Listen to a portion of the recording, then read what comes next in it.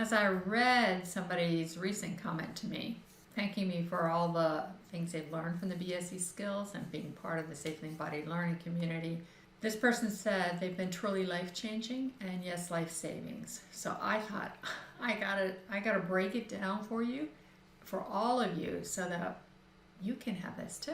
This person continued and said, the solidness I now feel inside, which continues to grow with each action I take to meet my needs, is supporting me. And I realize this will be a lifelong thing, but to learn a way to gain stability in my life, that's phenomenal. And wouldn't we all agree to that? That's what's so important. This person continued, not long ago, more often than not, I used to feel like I was on the run from some underlying fear or anxiety in a not completely conscious way. I didn't know how to stop running from myself and trying to escape my fear and anxiety. This person continued, gradually I've noticed myself actually developing a more solid inner core. And it's pretty amazing, as I haven't ever felt this secure, solid, and strong. So I thought, well, gosh, we've got to break it down. And let's look at it. If you've seen any of my videos, you've seen me talk about how the healing cycle is one kind of like this. We go down, we descend into it. And this is often where we don't feel like there's this. We feel like we're in the middle of it, right? Isn't that true? Like that we're stuck, that we're lost. And this part, the arising out of it, sometimes we don't know how to do it. We don't trust that it's going to happen. We don't feel like we don't have the skills in place to have it. So I've been looking, how do we both shorten this time that we're here and look at what is it that happens here at the bottom that keeps us stuck versus going on? What keeps us cycling in and through over here over and over, where we feel like we're wallowing, where we identify with the pain and we can't get out? That's what's key. So I'm looking at that there's kind of like a bifurcation on these two. Over here, this is what I think about it as a becoming, and I talk about that a lot in the Becoming Safely Embodied skills. And I've gotten so many emails just in the past week of people who are reading the book and finding it helpful. Somebody just spent about 30 copies to give to friends and colleagues that he works with. What on an overall basis happens here? We need to do a couple things. We need to pause, slow down, and attune inside. We need to ground and orient to this moment, not the past, this moment. And then we need to pivot.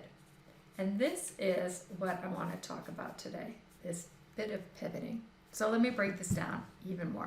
This becoming from the transformational model that I have put together is how we become aware of what we're protesting. What we say, this is wrong, it shouldn't be happening. And our body knows that. We're in pain, we're in distress, we're not getting what we need. Then we protest. And as we begin to harness that and learn what our protest is, we uncover that there were some needs that were there and needs that are there now that we don't know anything about, that we don't know how to meet. We don't know how to meet them because we never learned how to meet them in the past. The dilemma here is that we are conflating this present moment with the past. And so we're literally living out of the small ethers of the past seeping up into this present moment. So how do we shift that? That's what I've been looking about. How do we shift that?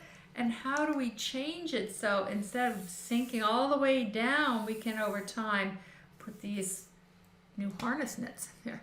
So in these pathways to something else.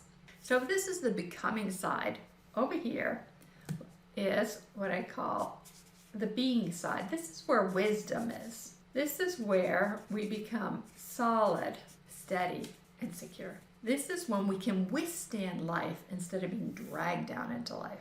What happens here at the bottom? What allows us to pivot here, to grow, to develop, to flourish? That's what we all need.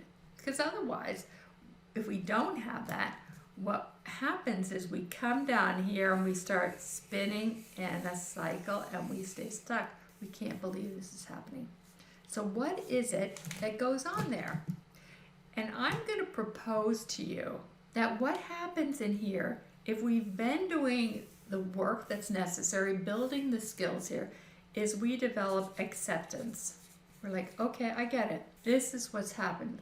We begin to tease apart, this was the present, that's the past. I can stay in this moment, in this present moment, and be with all what we call the time capsules of our past underneath. I can be here, accepting that. And we can think of this as mindfulness. In here too, and this may be what I think of as the gratitude hinge. This is what allows us to pivot away from here to begin to say, I can move toward that, is gratitude. Gratitude it's a bowing to the past, an integration of the past, an acknowledgement that the past happened, and reorient ourselves to a new direction, turning toward what is possible rather than what the next layer of protest is. Because, we're always going to protest, right? We'll always have that. But we can begin to learn, okay, I don't have to be living out of my protest right now. I can use the protest to orient me. And this is the gratitude hinge. This is what opens that door and shift the pattern. What comes up at this point, though, is something else. And this is part of what then has us turn back toward the old, is because here we're going to open up our longing. And it's a full-hearted longing. We didn't get our needs met here. And so what comes up is, I want that. But then all the doubt, all the fears, all the blocks, all the resistance, the shame of it can't happen. And our task at this point is, again, to pause, to ground, and pivot toward what's possible. How can I train my body, mind, and heart to feel the longing for more instead of shutting down, which was the old pattern? Here, on this side, I would shut down what I longed for because I didn't really think it was possible. I didn't have the capacity, the container inside to be able to hold that. But here, I can start opening to that. And what we need here, I'm going to call turbulence training. Now this is, instead of protesting against something, bad things are going to happen, and that's about how can I rise, crest, and fall. The opposite of this downward cycle is like, can I let everything move through me?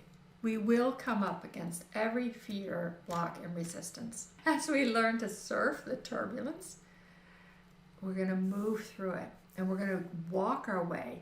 The becoming a solid, steady self is built from being able to be with and not be reactive, but let it move through. And we do this in 3 different ways. It's another training ground, is to mirror what's there, really a mindfulness process, to validate that it's psychologically and emotional affecting you, and learning how to reassure and soothe the body, the mind, and the heart. And in that process, it's about making each tiny step that we take so small, so granular, that it becomes the next logical step instead of activating our threat response. And as we do that, we, you, I, all of us are going to be developing inside of ourselves the capacity to be with life, to be able to hold and tolerate and flow and let life be a mystery rather than something horrible that's going to happen. And so I hope this is helpful. I really want to hear from you. Comment as much as you can, because I want to know, does this resonate? Does this make sense? Does this map onto your life? How can I make this even more clear?